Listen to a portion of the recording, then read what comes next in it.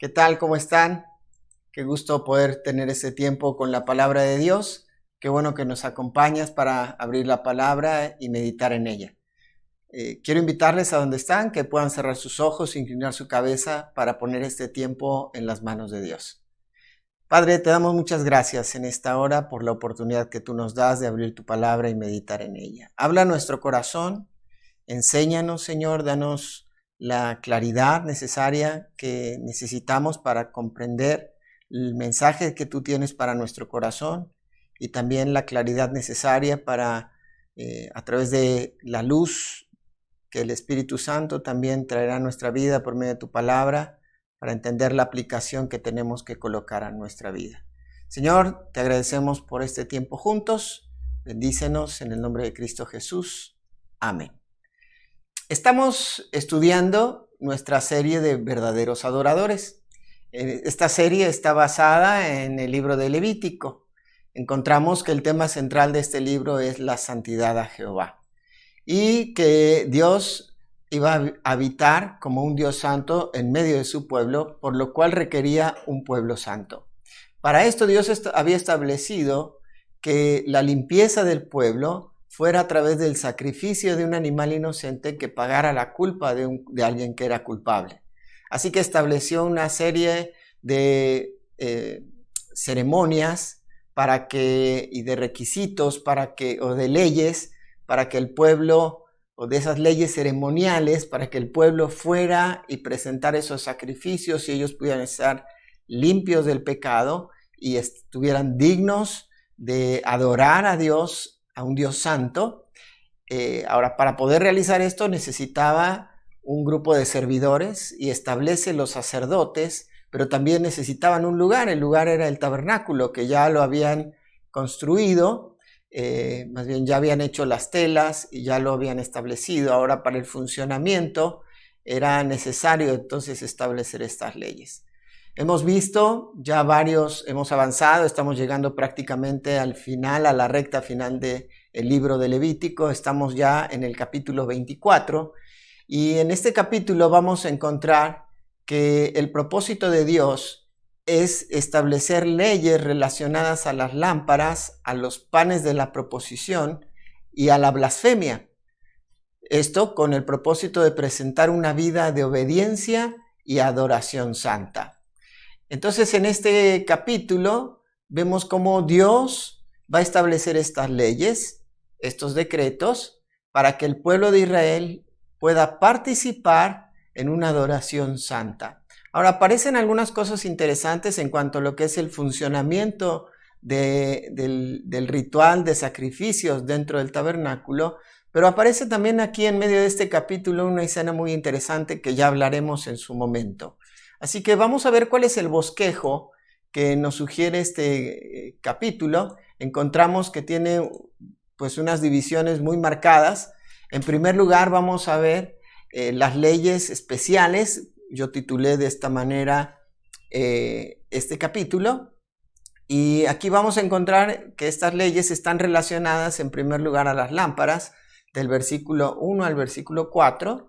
Y en segundo lugar vamos a ver que estas leyes están relacionadas a los panes de la proposición, del versículo 5 al versículo 9. Y por último veremos lo relacionado a la blasfemia, del versículo 10 hasta el versículo 23. Entonces, para ir avanzando en el tema, me gustaría que me acompañen leyendo en su Biblia los siguientes versículos, versículo 1 al versículo 4, para ya entrar en esta parte del estudio. Dice: habló Jehová a Moisés diciendo: manda a los hijos de Israel que traigan para el alumbrado aceite puro de olivas machacadas para hacer arder las lámparas continuamente. Fuera del velo del testimonio en el tabernáculo de reunión, las dispondrán desde la tarde hasta la mañana delante de Jehová. Es estatuto perpetuo por vuestras generaciones. Sobre el candelero limpio pondrás siempre en orden las lámparas delante de Jehová. Entonces vemos aquí en estos primeros versículos todo lo que tiene que ver, lo relacionado a las lámparas, ¿sí?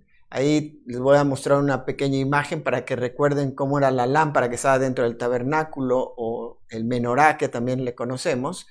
Y entonces vamos a ver que en este pasaje, estos 4 versículos, vamos a encontrar 2 diferentes responsabilidades.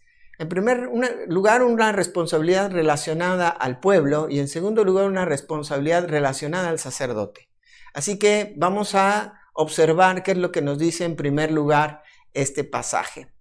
Dice ahí el versículo 2 que él debía de mandar a los hijos de Israel, o sea, está hablando Dios, es el que habla, por medio de Moisés, y está diciéndole al pueblo de Israel que cada uno de los del pueblo de Israel tenía la responsabilidad de traer el aceite para el alumbrado dentro del tabernáculo. Ahora, esta es la responsabilidad que le correspondía a cada uno de los israelitas.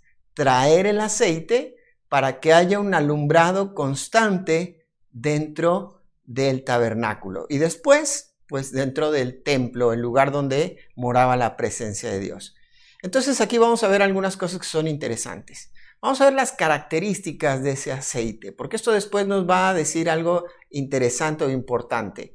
Ya vimos que aquí había una responsabilidad muy clara y definida, que el pueblo debía de proveer del aceite. Ahora, las características del aceite es que debía de ser dice allí, de olivas machacadas.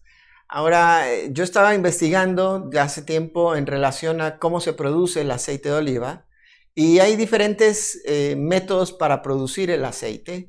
Uno de ellos es que se hierve la aceituna, ¿verdad? Y después se pasa en un molino de piedra donde hay, pues es un depósito y en ese depósito se coloca una rueda de piedra maciza y se hace rodar esa piedra y esa piedra va aplastando, va rodando y va aplastando a las aceitunas y va tronando todo. Ahora, como está hervida, se separa lo que es lo más líquido del aceite y entonces es dividido y de ahí sacan el aceite, digámoslo de una forma virgen.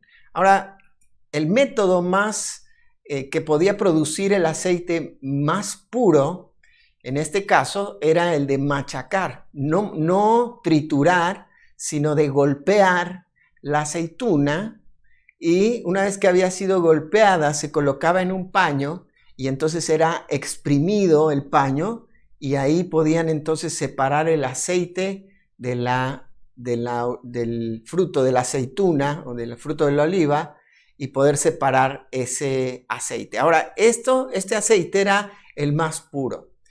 Se necesitaba el aceite más puro por 2 razones. En cuanto a lo que era práctico, era porque el aceite más puro produce la menor cantidad de humo.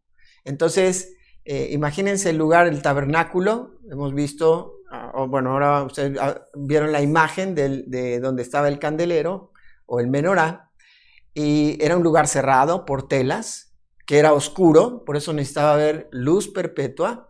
Ahora vamos a hablar de algunos significados de eso, pero no había ventilación prácticamente y la idea era que hubiera la menor cantidad de humo posible.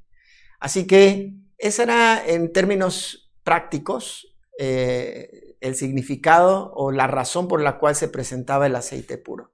Sin embargo, tiene un significado más allá y es que esto era la mejor calidad de lo que ellos podían presentar.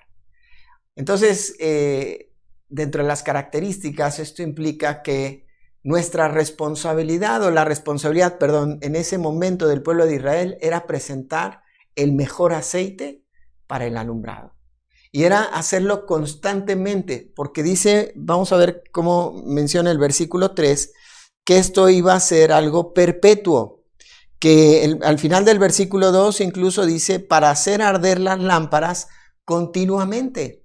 Y dice ahí el versículo 3 ahora sí, que el sacerdote entraría al lugar santo, dice, fuera del lugar del testimonio, en el tabernáculo de reunión, las dispondrá Aarón desde la tarde hasta la mañana delante de Jehová, es estatuto perpetuo por vuestras generaciones. Entonces vemos que aquí en primer lugar era responsabilidad del pueblo proveer del aceite, pero también ese aceite tenía la característica de ser el aceite más puro y que esto implicaba traer lo mejor.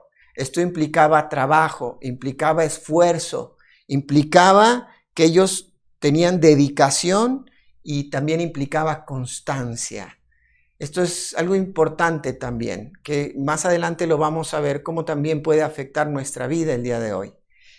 Continuamos viendo entonces, ahora la responsabilidad del sacerdote, dice el versículo 3 y 4, lo describe aquí, y la responsabilidad del sacerdote era primero poner el aceite en el candelero, para que no se agotara. Se menciona que cada día, el depósito que ustedes pueden ver ahí, que era como en una forma de una flor de almendro, en ese depósito cabía la cantidad de aceite necesaria para alumbrar durante 24 horas. Entonces, la idea es que ellos alumbraban, ponían el aceite para que alumbrara, y entonces, antes de terminar el día, más bien, o iniciando el día, porque era desde la tarde hasta la mañana, ellos colocaban el aceite, rellenaban eso para que hubiera constantemente luz. Ahora, dijimos que era un lugar cerrado, era un lugar que estaba oscuro, pero la luz representa la presencia de Dios. Y ese lugar, el tabernáculo, representaba también la presencia de Dios. Después tiene otros cumplimientos también más adelante en relación a lo que es la luz, otros significados, pero vamos a avanzar porque vamos a centrarnos en lo que está tratando de decir aquí Moisés en ese momento al pueblo de Israel y a los sacerdotes. Ahora, la primera responsabilidad, dijimos, era poner el aceite. En segundo lugar, dice aquí que ellos tenían, dice el versículo 4, que poner el aceite sobre el candelero limpio. Ahora, esto me pareció muy interesante porque dijimos que aunque fuera fino, producía un poco de humo. Y muchas veces el pábilo que se colocaba en esa lámpara, la mechita, digámoslo así, pues se iba quemando y podía producir algunas impurezas. Y la idea es que este candelero estuviera de una forma totalmente limpia, que los instrumentos estuvieran limpios. Ahora, la idea acá de esta palabra limpieza que menciona aquí el escritor es más bien algo puro. Y recordemos que este candelero era producido de oro puro. Y la idea es que el sacerdote tenía que limpiarlo para que quitarle toda impureza o toda cuestión que pudiera quitarle la pureza a este candelero y pudiera manifestar toda su pureza entonces. Así que, primer característica que debía de tener el candelero dentro de la segunda responsabilidad del sacerdote era mantener limpio el lugar. Pero también, en tercer lugar, era poner en orden las lámparas. Fíjate lo que dice ahí, continuando el versículo. Pondrás siempre en orden las lámparas delante de Jehová. Algo muy interesante. Entonces, limpieza y orden. De alguna manera vamos a relacionarlo también a la idea que Dios quiere transmitirnos aquí, pero lo vamos a hacer cuando terminemos la siguiente parte o el siguiente punto relacionado a los panes de la proposición. Dejemos nuestro dedo marcado ahí en estas dos características de la limpieza y el orden. Y vamos a avanzar entonces a partir del versículo 5. Y tomarás flor de harina y cocerás de ella 12 tortas. Cada torta será de 2 décimas de efa, y las pondrás en 2 hileras, 6 en cada hilera, sobre la mesa limpia delante de Jehová. Y pondrás también sobre cada hilera incienso puro, y será para el pan como perfume, ofrenda encendida a Jehová. Cada día de reposo lo pondrá continuamente en orden delante de Jehová, en nombre de los hijos de Israel, como un pacto perpetuo. Y será de Aarón y de sus hijos, los cuales lo comerán en lugar santo, porque es cosa muy santa para él, de las ofrendas encendidas a Jehová por derecho perpetuo. Vemos entonces aquí en estos versículos que los panes de la proposición también implicaban una doble responsabilidad. Aunque está hablando directamente aquí Moisés ya al sacerdote, pero le está haciendo una indicación y de manera implícita vamos a encontrar cuál es la primera responsabilidad. Fíjate la primera palabra, dice, y tomarás flor de harina. Ahora, me puse a investigar esta palabra tomarás y la idea es sacarás del lugar o del depósito donde está con las dos manos, esa es la idea, lo tomarás, lo sacarás de ahí y entonces prepararás. Ahora, aquí vemos de manera implícita que era también responsabilidad del pueblo traer la harina, proveer de la harina. No solamente ellos tenían que proveer del aceite, un aceite de calidad, sino también aquí vamos a ver cómo reitera Dios este concepto porque está pidiendo flor de harina. Y cuando estudiamos en relación a los panes de la proposición y cuando vimos que ellos podían traer una ofrenda, los que tenían menos recursos económicos, una ofrenda al Señor de oblación, ¿recuerdan? Que tenía que ver con harina, era lo básico, pero tenían que traer flor de harina, lo que significaba que también esto representaba la mejor harina, la de mayor calidad, la más fina.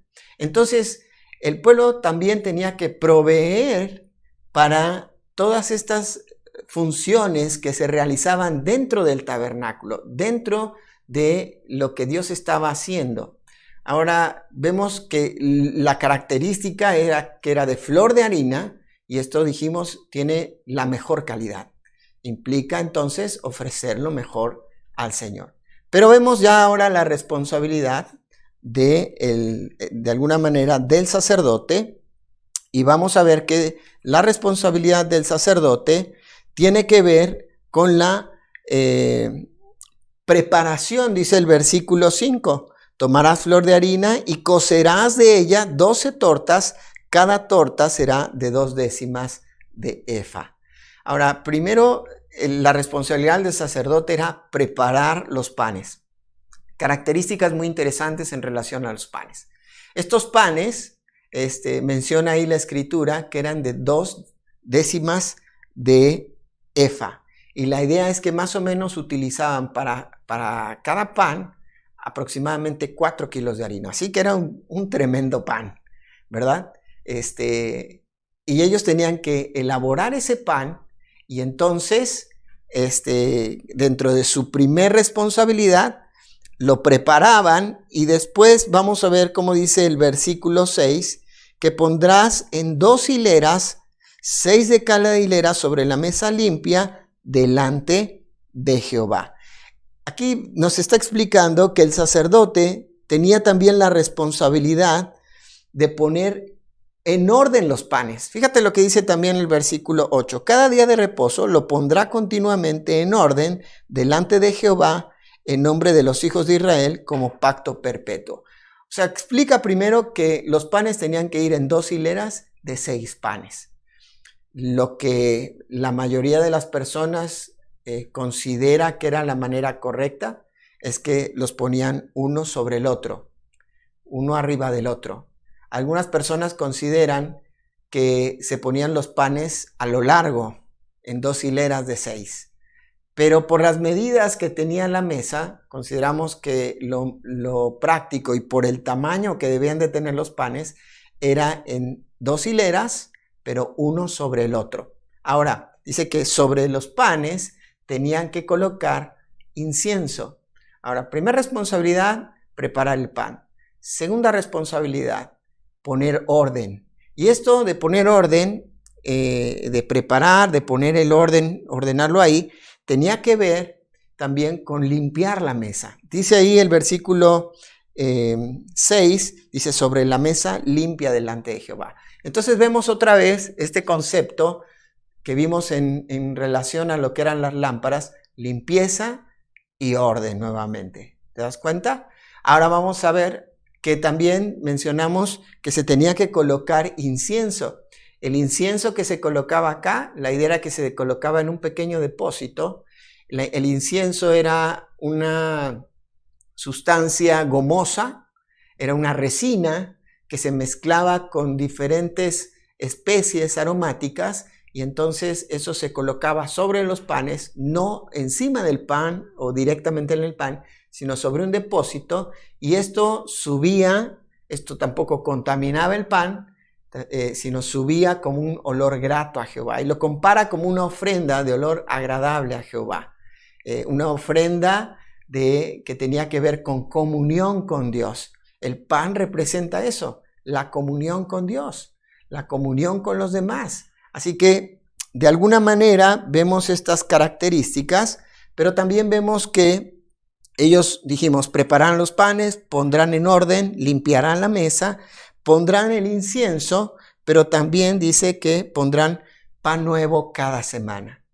Cada semana, cada día de reposo, ellos cambiarían esos 12 panes que representaban a cada tribu de Israel.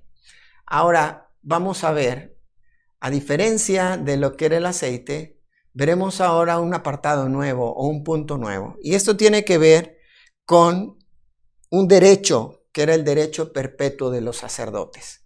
Y dice ahí, entonces, al final del versículo, en el versículo 9, y será de Aarón y de sus hijos, los cuales lo comerán en lugar santo, porque es cosa muy santa para él. ¿De qué está hablando? Que tenían que cambiar los panes, ¿sí? O sea, los que habían puesto el día de reposo, al siguiente día de reposo los quitaban. Ahora, ¿qué hacían con ellos? Eso se los entregaban a los sacerdotes, porque era parte del sustento de los sacerdotes. Y era un decreto, dice acá, dice, de las ofrendas encendidas a Jehová por derecho perpetuo. Y la idea acá de esta palabra derecho es la idea de un decreto, una ley, o era un nombramiento. Aquí el Señor está nombrando, está decretando que el obrero tenía que alimentarse, el siervo de Dios, el sacerdote, debía de alimentarse también de los panes y de lo que habían ofrendado. Ahora, llegamos a un punto importante, porque no vamos a alegorizar en que el significado del aceite, sí, el significado tiene una representación en relación a lo que es el Espíritu Santo. La luz tiene que ver con también la predicación del Evangelio, porque somos luz también. Pero en realidad lo que está diciendo acá, en el contexto en el cual está hablando, está siendo práctico Dios en cuanto a lo que quiere transmitir al pueblo de Israel. ¿Cuál es la idea que Dios nos está presentando acá? La idea es que Dios se está presentando como un Dios de gracia y que en nuestra vida imperfecta, nosotros somos invitados por Él. Somos llamados para participar también en su obra.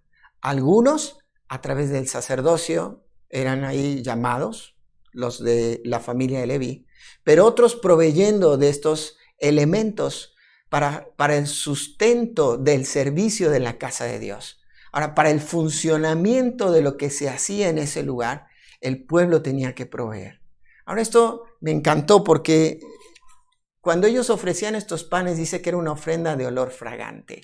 Y Dios en su gracia, familia hermosa, lo que nos está motivando y desafiando es que a pesar de lo que somos, Él nos está llamando a participar de su obra, en el servicio, pero también en proveer lo que es necesario para el servicio de la casa de Dios, para el servicio de la obra de Dios. Esto lo podemos ahora aplicar en nuestra vida. También podemos ver que un Dios, que es un Dios de gracia, es un Dios que busca para poder mantener una vida de adoración santa, limpieza y orden. Y me encanta ver cómo Dios siempre ha puesto orden. Ahora, el orden en nuestra vida va a llegar a través de la palabra de Dios. Vemos en Génesis en el capítulo 1 cómo aparece una tierra desordenada y vacía y entonces Dios comienza a decir y entonces se empieza a poner orden. La palabra de Dios pone orden, pero también, así como trae luz a nuestra vida, pero también el aceite que representa el Espíritu Santo es necesario para poner el orden en nuestra vida, para poder entender las verdades de Dios, porque el Espíritu Santo es el que nos va a enseñar todo lo que Cristo dejó enseñado. todo lo que Cristo quiere que nosotros podamos aprender. Y el Espíritu Santo es también quien nos va a iluminar para poder entender las Escrituras. Ahora podemos ver que también, vámonos a la aplicación práctica, en qué es lo que nos enseña la Escritura en relación a esto. Vamos a ver algunos versículos y en lo relacionado a proveer para el sostenimiento de la obra, me gustaría que vayamos a Efesios en el capítulo 4 y en el versículo, no es Efesios, es Filipenses capítulo 4, versículos 10 al 20. Sin embargo, nos vamos a detener a partir del versículo 15 y dice de la siguiente manera la Escritura. Dice, y sabéis también vosotros, oh Filipenses, que al principio de la predicación del Evangelio, cuando partí de Macedonia, ninguna iglesia participó conmigo en razón de dar y recibir, sino vosotros solos, pues a una Tesalónica me enviasteis una y otra vez para mis necesidades. No es que busque dádivas, sino busco fruto que abunde en vuestra cuenta, pero todo lo he recibido y tengo abundancia. Estoy lleno habiendo recibido de Epafrodito lo que enviasteis, olor fragante, sacrificio acepto, agradable a Dios. Ahora, aquí podemos ver que los hermanos en Filipos, que se encontraban en la región de Macedonia, habían apoyado la obra de Dios. Habían enviado a Pablo a Tesalónica ofrendas para que él pudiera llevar el Evangelio y la predicación del Evangelio. Ahora, todo esto lo vemos también como el apóstol Pablo lo relata en 2 Corintios, en el capítulo 8, capítulo 9, motivando y desafiando a la iglesia en Corinto, que había tenido la iniciativa de apoyar a los hermanos en Jerusalén y la obra de Dios, y les motiva en el capítulo 8 diciéndoles, los de Macedonia, que tenían pocos recursos, abundaron en la gracia, y entonces nos enviaron ofrendas, y participaron en la obra de Dios. Y el capítulo 9 desafía a la iglesia de Corinto que lo haga también. Y les dice que cuando ellos participan de esto, lo deben de hacer con gozo. Dice que cada uno dé como propuso en su corazón, no obligado, sino, dice, no por tristeza ni por necesidad, porque Dios ama al dador alegre. Nosotros debemos de participar en la obra de Dios a través de proveer lo que es necesario para el funcionamiento de la obra de Dios. Pero también hay un decreto importante y la Escritura ahí nos muestra que como iglesia nosotros también debemos de proveer para el derecho de los siervos de Dios. Fíjate lo que dice Pablo a Timoteo en la primera carta que él escribe en el capítulo 5, versículo 17. Dice, los ancianos que gobiernan bien sean tenidos por dignos de doble honor, mayormente los que trabajan en predicar y enseñar. Pues la Escritura dice, no pondrás bozal al buey que trilla, y digno es el obrero de su salario. Esa palabra digno nos da la idea que manifiesta este pasaje de Levítico capítulo 24. Es algo, un decreto, esa es la idea.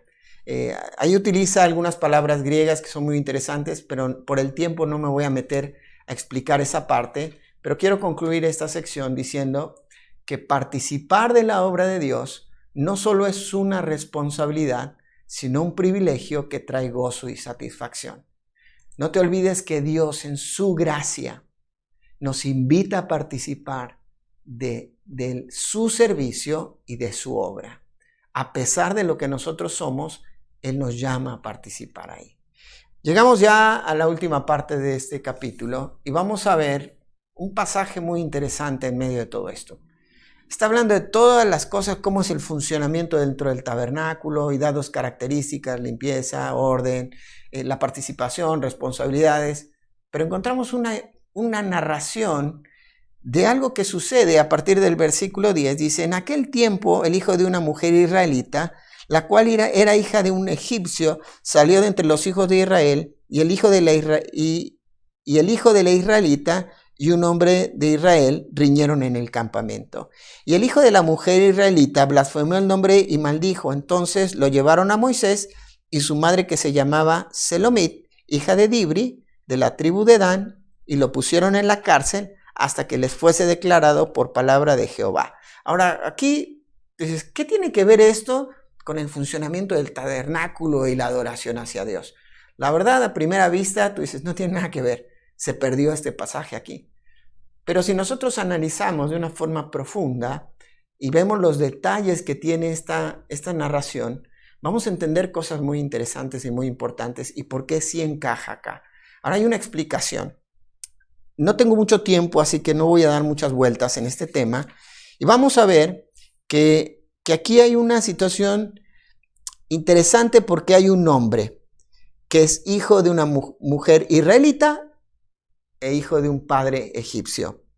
O sea, era un hombre mestizo. Ahora, en la narración dice que este hombre, saliendo del campamento, riñó con otro hombre que era del pueblo de Israel. Y en medio de la riña, él dice, blasfemó en contra del nombre. Ahora, ¿a qué se refiere todo esto? Vamos a analizar algunas palabras para poder ir armando el rompecabezas. Aquí vemos primero que este hombre era un hombre mestizo. O sea, no era un hombre puro del pueblo de Israel. Y Dios no le había cerrado la puerta. Sin embargo, tenemos que entender algo. Estaba el campamento y en el campamento vivían las 12 tribus de Israel. Ya les habían dado su lugar donde podían vivir.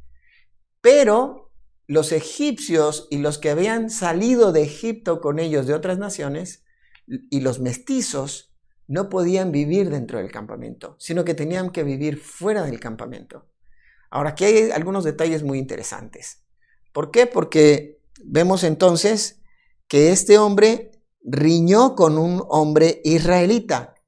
Ahora, tenemos que entender qué es lo que significa esta palabra reñir. La palabra reñir significa salir, avanzar, ser expulsado. Y la idea que está diciendo acá es que este hombre sacó lo que había en su corazón. Sacó lo que estaba en su corazón. Esa es la idea. Ahora, las posibilidades son que este hombre tal vez quería poner su tienda dentro de la familia, en la parte del campamento que respondía a la familia de Dan, y alguien le dijo que no la podía poner, sino que la tenía que poner fuera del campamento. Y entonces se fue enojado y riñó, y entonces, ahora, no vamos a suponer historias, pero lo que sí podemos suponer, que él había venido al campamento, porque dice que saliendo del campamento. Ahora, tal vez él no estaba contento con entrar y salir, porque su madre sí era de la tribu de Dan y tal vez tenía que venir a visitar a su madre. Ahora, no sabemos si el padre, no tenemos detalles del padre, lo que sabemos que era egipcio, no sabemos si se quedó en Egipto o estaba viviendo fuera del campamento. Pero había una disfuncionalidad ahí, había un conflicto que ese hombre tenía guardado en su corazón. Ahora, se cruza con otro y entonces se presenta la oportunidad de que él saque todo lo que está en su corazón. Pero en medio de esa discusión y de que él comienza a sacar lo que está en su corazón, que por la idea nos da lo que nos muestra el libro en la carta a los Hebreos, que brota de él raíz de amargura, y entonces comienza a blasfemar en contra de Dios. Ahora, esto era algo nuevo. Alguien que no era puro del pueblo de Israel había cometido una blasfemia. La palabra blasfemia significa perforar con poca o con mucha violencia. Pero el texto nos va a sugerir una definición más clara. La idea que nos da el texto es hablar mal. O sea, pronunciar explícitamente el nombre de Dios junto con una actitud irrespetuosa, traspasando el temor de Dios, pues lo maldijo, ¿sí? Lo maldijo. Y vemos entonces en esta escena un hombre descontrolado en un caos emocional que perdió todo el respeto a Dios y lo maldijo, ¿sí? Eso es lo que podemos ver acá. Ahora, estos son los detalles. Encontramos un hombre así. Ahora dice aquí que lo tomaron y lo metieron en la cárcel. Ahora, recuerden dónde estaban. Aquí hay un problema en la traducción, porque en realidad en ese tiempo no había cárcel. ¿Estaban dónde? En el desierto. Ahora, tal vez habilitaron una tienda Y el concepto que dice la palabra original es que lo pusieron en resguardo, probablemente en una tienda o probablemente tal vez en una cueva o en algún pozo. Esa es la idea, pero no que lo metieron en la cárcel con barrotes y cosas así. Está hablando de que lo tuvieron en custodia. Pero aquí vemos cómo ellos consultan a Dios, porque era algo nuevo para ellos. Y aquí vamos a encontrar la verdad y la importancia del concepto teológico. ¿Cuál es la idea teológica que nos vamos a enfrentar en este momento? Vamos a ver la respuesta de Dios para entender. Dice Jehová, versículo 13, habló a Moisés diciendo, saca al blasfemo fuera del campamento y todos los que le oyeron pongan sus manos sobre la cabeza de él y apedréelo toda la congregación, y a los hijos de Israel hablarás diciendo, cualquiera que maldijere a su Dios llevará su iniquidad. Y el que blasfemare el nombre de Jehová ha de ser muerto. Toda la congregación lo apedreará, así el extranjero como el natural, si blasfemare el nombre, que muera. Asimismo el hombre que hiere de muerte a cualquier persona que sufra la muerte. Perdón, vuelvo a repetir, versículo 17. Asimismo el hombre que hiere de muerte a cualquier persona que sufra de muerte. El que hiere algún animal ha de restituir animal por animal. Y el que causare lesión en su prójimo, según hizo, así le sea hecho, rotura por rotura, ojo por ojo, diente por diente, según la lesión que haya hecho a otro, tal se hará a él. El que hiere algún animal ha de restituirlo, mas el que hiere de muerte a un hombre, que muera. Ahora aquí vemos que el Señor en medio de toda esta situación responde y les dice que este hombre debía de ser apedreado, que debía de morir. Y después suelta lo que ellos ya conocían como lo que hoy nosotros conocemos, la ley del talión. Esta ley del talión, bueno, ¿qué es? ¿Qué es la ley del talión? La ley del talión es un principio jurídico de justicia retributiva en la cual la norma impone un castigo que debe ser igual al crimen cometido. El término talión es del latín, que deriva de la palabra talio o de talionis, término que designa un tipo de castigo o pena jurídica que significa idéntico. Esto es, que la pena no se entiende equivalente, sino idéntica. Ahora, la idea de todo esto, de esta palabra talión, surge el concepto tal, ¿sí? Tal es su pensamiento, tal es él. O sea, de algo idéntico, ¿sí? De tal palo, tal astilla. ¿Está hablando de algo que es idéntico? No, más bien es algo que de alguna manera es equivalente. Ahora, esta ley del talión entonces representaba una equivalencia. La idea no es que se colocara una justicia excesiva o se hiciera justicia de forma excesiva, entonces se cayera en una injusticia. Ahora, ¿por qué Dios coloca acá la ley del talión? La ley del talión ya era conocida porque está desde el Código de Hammurabi. Y entonces ellos ya tenían conocimiento que estaba en la región de Persia. Toda esa zona conocía la ley del talión. Entonces no le estaba hablando de algo desconocido para ellos. Ahora tal vez tú dices, ¿cómo? Sería injusto, ¿verdad? Ahora, recuerda que no está haciendo algo idéntico, sino algo equitativo. Por eso dice, ojo por ojo, diente por diente. Ahora, cuando tú te pones a pensar en relación a que alguien tal vez te tumbe un diente, ¿cuál es tu manera de reaccionar? ¿Qué es lo que tú harías?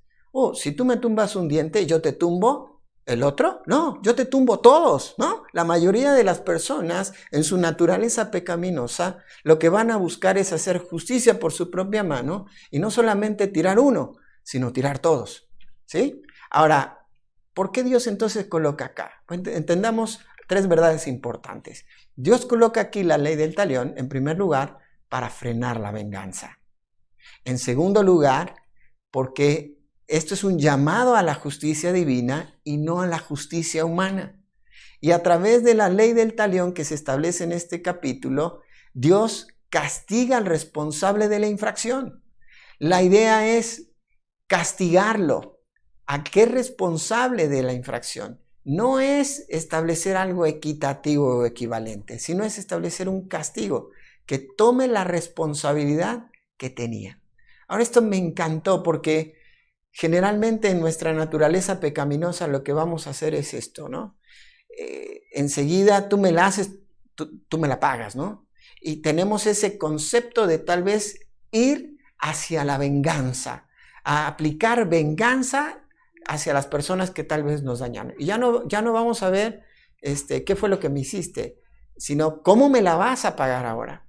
Y después queremos aplicar nuestra propia justicia, pero Dios es sabio y coloca esta ley en este preciso lugar para que el pueblo de Israel entonces no se fuera en exceso al castigo de este hombre. Ahora me encantó porque fue sensato el pueblo de Israel y esperó la respuesta de Dios.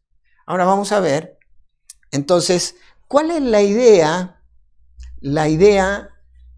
el concepto teológico de esto? ¿Cuál es la idea teológica que nos quiere transmitir este pasaje? Bueno, es que Dios es un Dios justo. Dios es un Dios justo. Y en su justicia, Él va a dar a cada uno lo que cada uno merece. Ahora, lo que este hombre había hecho, para algunos parecería injusto, pero en realidad no es injusto, porque Dios siempre ha dado oportunidad a aquel que es blasfemo. Fíjate bien cómo hay un versículo que estudiamos esta semana con los hombres y me gustó mucho, te lo voy a leer, está en Proverbios capítulo 30, en el versículo 9, no tengo el tiempo, pero la idea es esta, que Agur está explicando y le dice al Señor, Señor, dame lo necesario, no me des ni mucha abundancia para que entonces yo me olvide de ti, ¿verdad? Y tampoco me des mucha escasez para que entonces yo robe y blasfeme el nombre de Jehová nuestro Dios. Ahora ves, el hombre a veces cuando se ve en una circunstancia adversa, en este caso de Proverbios capítulo 30, en un contexto económico, generalmente va a buscar culpar a alguien. ¿Y sabes qué? La tendencia es que la gente busca culpar a Dios. Ahora, ¿encontramos ejemplos de personas blasfemas en la Biblia? Sí, el apóstol Pablo. Ahí en Primera de Timoteo podemos ver cómo él cuando comienza su defensa o cuando está explicando o defiende su ministerio que algunos habían puesto en duda, él comienza a decir que él había sido perseguidor de la iglesia, dice era blasfemo. Y él fue hallado, dice que Dios lo tuvo por fiel poniéndole en el ministerio. Dice, aunque antes era todo esto, y incluye la palabra blasfemo. Ahora, ¿qué es una palabra? ¿Qué es? Dijimos la blasfemia, es hablar de alguien, vamos a ver acá, alguien blasfemo es hablar de alguien, bueno, vamos a ver un concepto un poquito más adelante, es hablar mal de alguien, dijimos, o pronunciar explícitamente el nombre de Dios junto con una actitud irrespetuosa traspasando el temor a Dios, pues este hombre maldijo. Entonces, cuando generalmente estamos en una condición donde guardamos amargura, rencor, resentimiento, algo en nuestro corazón, y esto nos descontrola, crea un caos emocional y perdemos entonces todo el respeto a Dios. ¿Se acuerdan cómo vimos a este hombre en una situación así?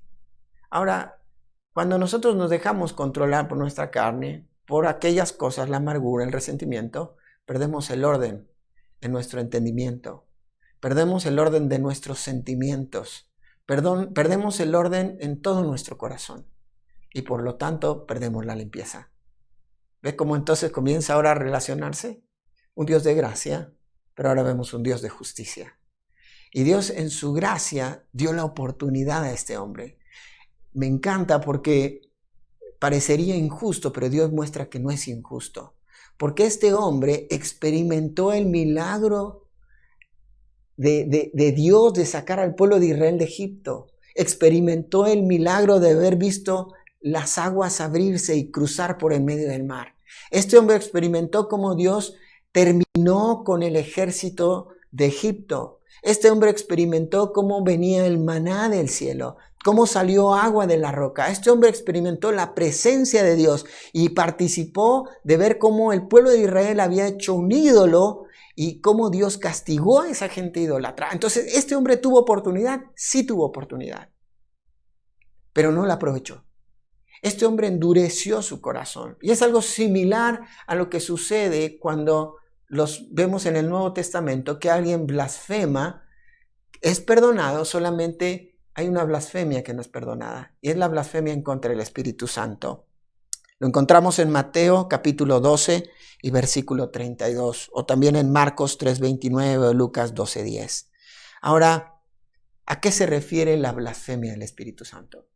La blasfemia del Espíritu Santo implica encontrarse en una condición de dureza tal que resiste de manera consciente y voluntaria el poder y la gracia salvadora de Dios.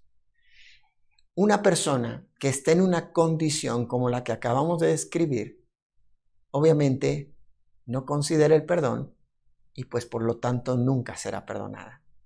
Hay tal dureza en su corazón, hay tal resistencia, dice ahí, de manera consciente y voluntaria, que el poder, resistencia al poder y la gracia salvadora de Dios. No le importa, no le interesa. Esa es la blasfemia del Espíritu Santo. Entonces, vemos un Dios justo, porque Dios sí le dio oportunidad, pero este hombre, de manera deliberada y voluntaria, decidió endurecer su corazón delante de Dios.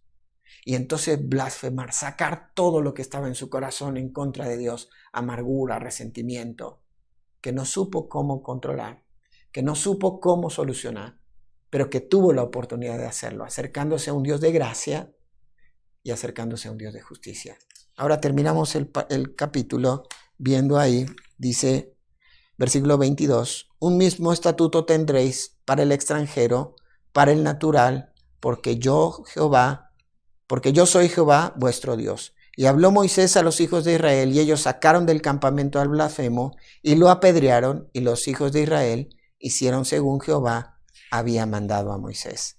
Ahora el pueblo de Israel aquí obedeció. Ahora, ¿cómo podemos hacer hoy en día nosotros? En relación a la ley del talión, ¿qué relación tiene con nosotros? En el Nuevo Testamento, el Señor Jesucristo, ahí en Mateo capítulo 5, cuando está hablando del Sermón del Monte, en el versículo 38 y 39, le dice a los discípulos que ellos han escuchado ojo por ojo y diente por diente. Pero ahora yo os digo que si alguno te da una bofetada, pongas la otra mejilla. Que si alguno te hace llevar una milla su carga, entonces tú le lleves 2. Y aquí él establece una ley la ley del amor. Y eso es lo que hoy debemos nosotros de hacer. Cuando suframos una situación de injusticia, debemos no de aplicar la ley del talión, sino tenemos que aplicar la ley del amor.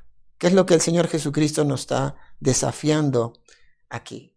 Romanos en el capítulo 12, ahí a partir del versículo 10 hasta el versículo 21, y en esos textos, finalmente en el versículo 21, nos explica de poder mantener una buena relación con todas las personas. Pero termina el pasaje ahí en el versículo 21 diciendo, no seas vencido de lo malo, sino vence con bien el mal. Ese es el desafío que hoy nosotros entonces tenemos para nuestra vida. Quiero decirte algo, terminar leyéndote una pequeña frase. Jesús muestra una forma distinta de cumplir esta ley para evitar sed de venganza, de amargura, de resentimiento, de rencor, de odio. Esto no solo ensucia y contamina nuestro corazón, sino que también desordena nuestra vida, nuestro corazón, nuestras emociones, nuestros sentimientos y nuestros pensamientos. Dios busca orden y busca limpieza. Terminamos con esta conclusión. Dios desea que participemos del servicio de la obra de Él, con orden y con obediencia, y de esa manera presentemos una adoración santa delante de Él. Ahora, hoy tienes la oportunidad de acercarte al Señor. Hoy tienes la oportunidad, si has blasfemado, en este tiempo de encierro, de dificultad, de falta de salud, Hoy tienes la oportunidad de decir, Señor, perdóname. Perdóname porque he blasfemado tu nombre. Y si Saulo pudo recibir el perdón de Dios y Dios tomar su vida y en su gracia, poder hacer de él al gran apóstol Pablo, ¿qué no podrá hacer contigo? Necesitas venir al Señor en humildad, reconociendo su gracia, reconociendo su misericordia, reconociendo que Él es justo y ahora Jesús ya pagó por ti. Tú puedes ser justificado por el castigo que Cristo llevó en la cruz del Calvario. Yo he sido justificado por el castigo que Jesús llevó en la cruz del Calvario. Así que te invito a que puedas confiar en Él, a venir a Cristo, arrepentido de tus pecados y creyendo en Cristo como tu único y suficiente Salvador. Y si tú ya le has recibido, pero has permitido cosas en tu corazón, creo que hoy tienes la oportunidad, primero, de participar. Ahora, Dios no busca dádivas, Dios busca fruto que abunde en tu cuenta, ¿sí? Pero no en tu cuenta de banco, en tu cuenta delante de Él. Segundo, Dios desea que le des lo mejor. Tercero, Dios quiere poner en orden tu corazón y quiere limpiar tu corazón para que presentes entonces una adoración santa delante de Él. ¿Oramos? Señor, te damos gracias por este tiempo, gracias por tu palabra y te rogamos que tú obres en nosotros. Te pedimos, Señor, que si hay cosas que hemos guardado en nuestro corazón, que están pudriendo nuestro corazón, las saques, Señor, las quites de nuestra vida. Y, Señor, te pedimos perdón. Te pedimos, Señor, que en tu gracia tomes nuestra vida y la transformes. Que, Señor, nos uses para tu gloria. Gracias, Señor, por llamarnos a participar en tu obra. Gracias por llamarnos a ser limpios y ordenados delante de ti. Y gracias, Señor, porque vemos tu justicia, porque vemos que eres un Dios de misericordia y podemos responder nosotros con obediencia delante de ti. Gracias te damos en esta hora, en el nombre precioso de Cristo Jesús. Amén. Muy bien, muchas gracias por estar con nosotros. Dios te bendiga y nos vemos pronto.